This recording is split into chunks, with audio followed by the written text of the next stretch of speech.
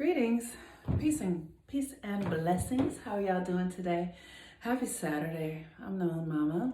Happy to be here this morning on the Saturday before what many people know as Easter or Resurrection Sunday. Or when I was a little girl, I loved Easter. I loved Easter eggs. We used to have Easter egg hunts.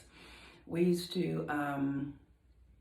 My auntie used to make really pretty dresses for me, and I got to dress up in the Easter basket. All that stuff was really significant to me. And as I've studied and learned and realized that Christianity just stole, I don't know if it's really, I don't know if I need to look at it like they stole it, but it's Christianity adapted stories, beliefs,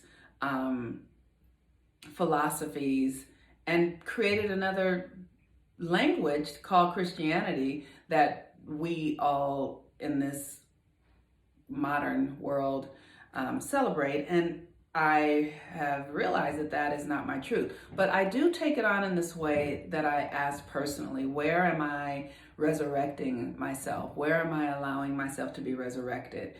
And because we are in a constant state of death and rebirth. That is the nature of the human experience, to be in a constant state of death and rebirth. And so as we move to this Easter experience, and the ancients that had a star, which is the goddess of fertility, the goddess of reproduction. Easter is a holiday that really is about the resurrection of the goddess, of spring, of the feminine. And Christianity usurped it and made it a man. How you gonna make fertility a man? How you gonna make, the body that creates life a man, right? That was the thing that I realized. I was like, this doesn't follow nature. This does not follow nature. Nature creates through the feminine. And here it is, we are saying you want to give life through the masculine. Okay, so be it. So today is a day governed by Saturn. Saturn is the planet, the energy that governs this reality. And when I say that it's the energy that governs this reality, because Saturn is cause and effect. What you put out, you get back. We think of that sometimes like karma, and it's like this idea that you're giving out bad stuff and getting back bad things. But really, what we give out and get back is sourced through our intention, right? And if your intention is love and kindness and purity and innocence and evolution, then it doesn't matter really what you do. You can do anything with that intention. People have had to, out of love, protect themselves and take another person's life, or out of love, kill an animal to eat, right? So anything can be done with the intention, but cause and effect means that whatever the intentional point of creation is what you're going to get back. That is karma, cause and effect. The seed, if you plant an apple seed, you will get an apple tree. That is a cause and effect. Saturn governs this system, right? Your family, like what you eat, how that impacts your body, what you think, how that impacts your life, the people around you. Everything is cause and effect here. Everything is cause and effect. Saturn is currently at the 11th degree of Aquarius, which is the degree of flowering. And Aquarius is this alien energy. So it's literally, we are creating through cause and effect something that is alien, which means you just don't know about it, or it's innovative, or it takes you beyond your current construct. It takes you out of what is familiar and into a new way of being. That is what Saturn in Aquarius is. It's like looking at your life and seeing, depending on where Saturn is in your chart, where Saturn in Aquarius is in your chart. For me, it's in my 11th house. So I am in the process of looking at my community, my friends, organizations to see, is this in alignment with who I am? Does this suit me? Does this organization measure up with the values of where I'm going and what I'm becoming. So look to see where this is going on in any area of your house, any area in your chart, to see what you should be focusing on. If it's in your first house, you're going through an identity shift. If it's in your second house, you're going through a value shift. If it's in your third house, you're going through a perception shift. If it's in your fourth house, you're looking at home and environment and how those areas need to be up leveled to support you. If it's in your fifth house, maybe your romantic relationships are shifting. Sixth house, your daily routines, work, all of that. So if you want to come and do a reading with me, I'm happy to help you and to help you, see how you can use this energy.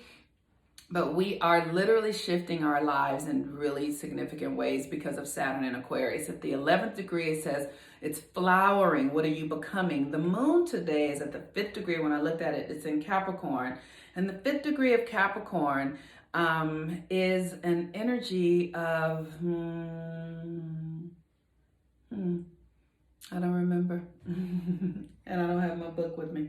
Okay, so I'm not even going to trip about it. But Capricorn is about structures, and Capricorn is a Saturn energy. So literally it still is more of being mindful of what you're creating, what you desire. And with the sun in Aries, we're in this state of becoming. So my suggestion for today is to be mindful of, God, I really want to know what this 5th degree is. Okay, it's just to be mindful of what you are focusing your energy on, what you are putting out there, and what you intend to come back, right? So right now we're in this new cycle because the sun is in Aries and it's spring. So we really are looking at the whole year from now until next year. And so, like for me, I have a list of the classes I'm creating. I have a list of the actions that I'm going to take in order to execute what I'm creating. I have partnerships and people that I'm partnering with to help me execute what it is that I'm creating. I am being very mindful to take my energy away from things that no longer serve me. So for instance, I can see really clearly like my old patterns around how I've been using my sexual energy, how I've been partnering with people, the expectations that I've had based upon my childhood. And I'm looking at that stuff in a very different way. I'm going to share this with you and maybe it'll be helpful. But with the sun in Aries, it takes us back to our identity.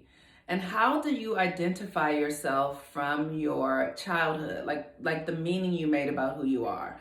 So from my childhood, I created this warrior-esque energy that, kind of put me at odds with the masculine, at odds with my own masculine energy. And it was because when we understand this system, I remember, it sounds so crazy even saying this stuff out loud, but I remember being at odds with my father because he was so brutal with my mother. And it kind of put me at odds with all of men, right? So now I'm looking at that energy and beginning to realign it through harmony, through forgiveness, through recognizing that my father was behaving in a way that was a part of our family heritage. And so now I'm taking that on in a new way and realizing I was at odds with my father because of the way he treated my mother, the way he believed that women should behave. And now, how did I take that on? And it created in me a war with him. So now I don't need that any longer. Now that's over with. I've actually healed that energy. I've healed that energy in my family, in my generational karma. So now I can take it because energy doesn't die, it just transforms and do something else with it. So now I am feeling more at ease and being able to be more peaceful with the men in my life. I can speak up more easily. I can ask for what I need. I can trust their their role in my life. I can trust my own leadership because I've healed my own masculine energy. So the masculine that's showing up in my life now is more in alignment with the healing and transformation that I've done.